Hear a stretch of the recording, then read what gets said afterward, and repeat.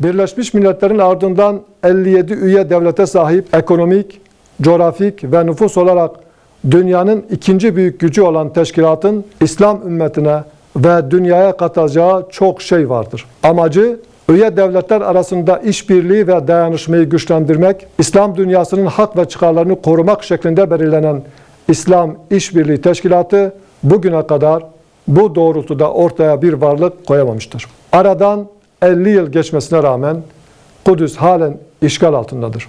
Mescid-i Aksa ise Siyonistler tarafından adım adım yıkılmakta, Filistin topraklarındaki işgal her geçen gün daha da genişlemektedir. Üye devletler arasında vahdet ve dayanışmanın oluşturulması bir yana, İslam coğrafyasının her tarafında kan ve gözyaşının aktığı, sömürü ve kaosun değerlerimizi yok etmeye doğru gittiği, ülkelerin tarumar edildiği zamanlarda bile çoğu zaman toplanamayan İslam İşbirliği Teşkilatı, İslam ümmetinin sorunlarına çözüm bulamamıştır. Bugün İslam ümmetinin kuruluş amacı doğrultusunda etkin varlık ortaya koyacak bir İslam İşbirliği Teşkilatı'na şiddetle ihtiyaç vardır. İslam ülkeleri arasındaki etnik, mezhebi ve siyasi ihtilaflar en kısa sürede aşılmalı ve İslam İşbirliği Teşkilatı'nın yapısı siyasi, askeri ve ekonomik bir güç oluşturacak şekilde amaçları doğrultusunda yeniden güncellenmelidir. Bu yapılmadığı müddetçe ihtilaflar, iç karışıklıklar, işgaller ve kaos İslam ümmetinin bütün değerlerini yiyip bitirmeye devam edecektir. Hollanda merkezli Transatlantik Enstitüsü adlı düşünce kuruluşu, Berlin Duvarı'nın 1989'da yıkılmasının ardından Avrupa'da yerinden edilmiş kişilerin göçünü engellemek için 1000 kilometre duvar örüldüğünü ortaya koydu. Utanç duvarı olarak nitelendirilen Berlin Duvarı'nın yıkılış yıl dönümünde Avrupa ülkelerinin mültecileri engellemek için inşa ettikleri bu duvarlar birer utanç tablosudur. Berlin Duvarı'nın 6 katına tekabül eden utanç duvarları Avrupa ülkelerinin insan hakları anlayışını ortaya koyması açısından önemlidir. Dünyanın birçok bölgesini siyasi ve ekonomik olarak sömüren batılı ülkeler, savaş ve açlık nedeniyle ülkelerini terk etmek zorunda kalan göçmenleri ölüme mahkum etmektedir. Özellikle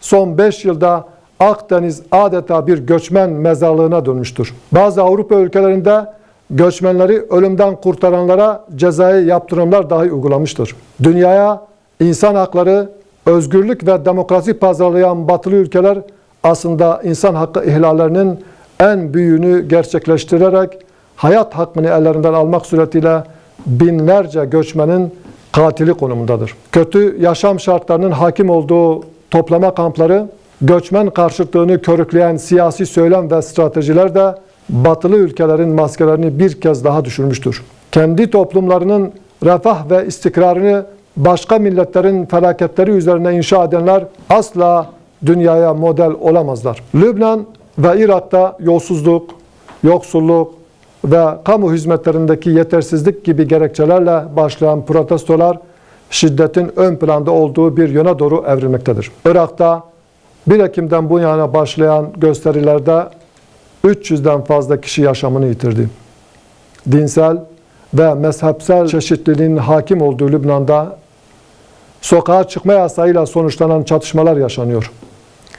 Irak ve Lübnan toplumlarındaki çeşitlilik süreci oldukça tehlikeli kılmaktadır. Arap Baharı'ndan bu yana yaşanan süreçte bölgesel istikrar zayıflamış, birçok bölge ülkesi karışıklıklara ve iç çatışmaya sürüklenmiştir. Halen Suriye'de ve Libya'da yaşanan iç savaş tüm bölgeyi olumsuz yönde etkilemekte, kutuplaşmayı derinleştirmektedir. Bu açıdan haklı taleplerle başlayan eylemlerin şiddet eylemlerine dönüşmesine izin verilmemelidir. Irak ve Lübnan'da bulunan siyasi otoriteler yönetim sisteminin toplumsal meşru taleplere göre yenilenmesini sağlamalı, haklı taleplerin karşılanacağına dair garanti vermelidir.